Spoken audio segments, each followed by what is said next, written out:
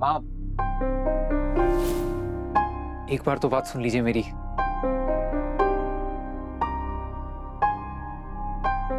माँ प्लीज एक बार बात सुन लीजिए। बेटा तुम्हारा बात तो सुन रहे हैं, लेकिन तुम्हारे पापा की बात कौन सुनेगा? हाँ?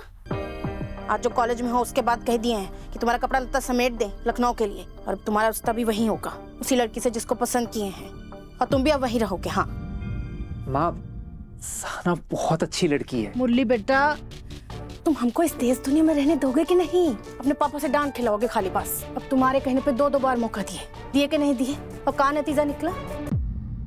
तुमको शायद याद नहीं है, तुम्हारे पापा आज तक तुम पे हाथ नहीं उठाए हैं, और तुम उनके सामने किसी बच्चे से मार खा लिए। एक्सीडेंट था वो। तो तुम क्या चाहते हो, ऐसा एक्सीडेंट तुम्हारी माँ के साथ भी हो जाए? माँ आप रहने दीजिए, हम ही बात कर लेंगे पापा से। मुरली,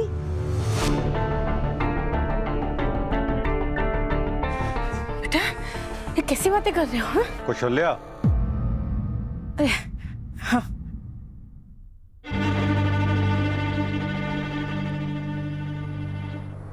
हाँ भाई, यहाँ खड़े खड़े क्या कर रहे हो?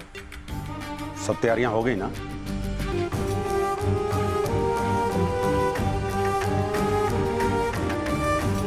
लखनऊ वाले द्विवेदी जी परसों बनारस आ रहे हैं अपनी बीवी और बेटी के साथ। यार कब भूत सवार हो गया, इस पे उतारना पड़ेगा। अभी आते ही मत शुरू हो जाएगा, हम समझा देते हैं मुरली को। आप पैकिंग कीजिए अपना। पापा हम बनारस नहीं जाएंगे, आप वो लखनऊ वाली फैमिली को मना कर दीजिए प्लीज। पापा मैं किसी को पसंद करता हूँ और इसी से शादी करना चाहता हूँ।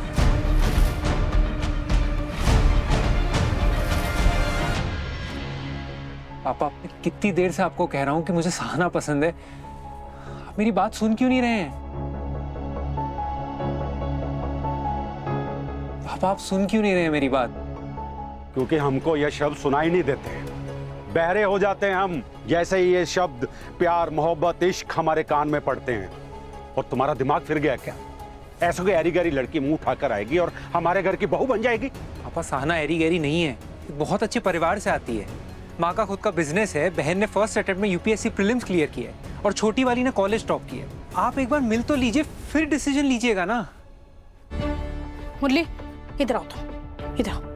ये जो तुम इतना देर इनको सुना रहे हो ना, बाद में 4 गुना करके हमको सुनना पड़ेगा, और तुम दोनों बाप बेटा के बीच में हमको पिसना पड़ रहा है। एक बार लखनऊ चले गए, फिर जाके देख लेंगे, ठीक है? चलो चलो। आपको हमारी कसम है।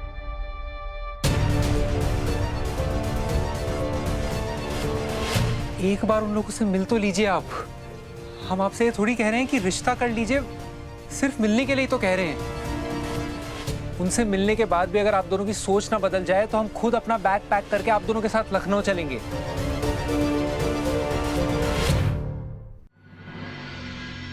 पंचायत का नियम क्या है दीदी, कि जो फैसला वो सुनाता है उसमें उसका परिवार का भी कोई सदस्य हस्तक्षेप नहीं कर सकता है।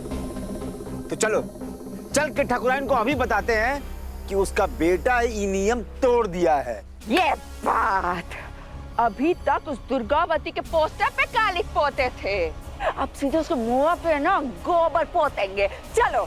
इंदू काहे गड़े मुर्दे उखाड़ रही हो, और वहां जाके कहोगी का कि तुम्हारे बेटे ने काली को पकड़वाया 10 लाख की चोरी के लिए?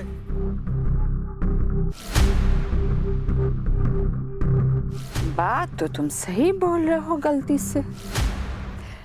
हे जी, हाँ जी।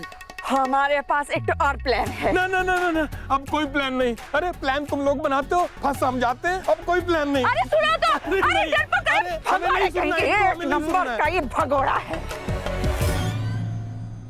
हे बाबू तू हमारा प्लान सुन। बहुत बड़ा हितैषी बनता है ना, मसीहा बनता है ना उस नेहवा का, हम भी देखते हैं इस प्लान के बाद ना कैसे बचाता है वो उसको। सुन,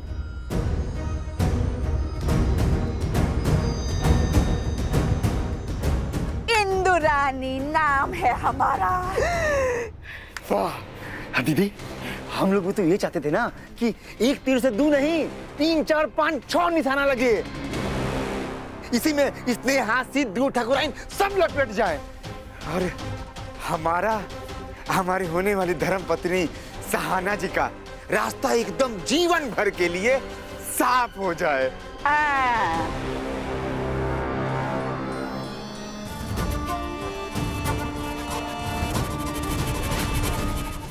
रहने दीजिए अंकल। परवरिश के लिए ना बच्चों के साथ रहना पड़ता है। जिसने बीच रास्ता में अपने बच्चों को छोड़ दिया उनसे परवरिश की क्या उम्मीद कर सकते हैं।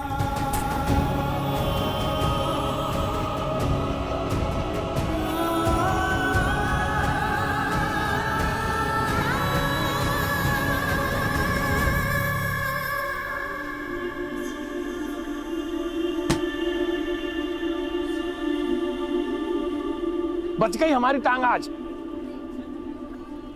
माता रानी इसे सद्बुद्धि देना।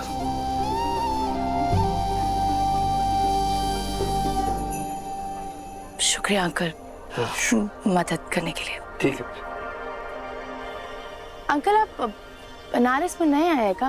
पहले कभी देखे नहीं हम आप। मैं जबलपुर से हूँ, श्रीनिवास नाम है मेरा। नमस्ते। हाँ नमस्ते। और यहाँ पर एक मेरा दोस्त है बनवारी लाल, उससे मिलने आया हूँ। बनवारी अंकल से मिलना आपको, जो इलेक्ट्रिसिटी डिपार्टमेंट में है? हाँ वही उसी से मिलने आया हूँ। सुबह से भूखा प्यासा उसी का घर तलाशने की कोशिश कर रहा हूँ, और सामान भी जो है वो बस स्टैंड पे रखा है अभी। समझ नहीं आ रहा क्या करूँ। भूखा प्यासा ढूंढने की जरूरत नहीं है उनको।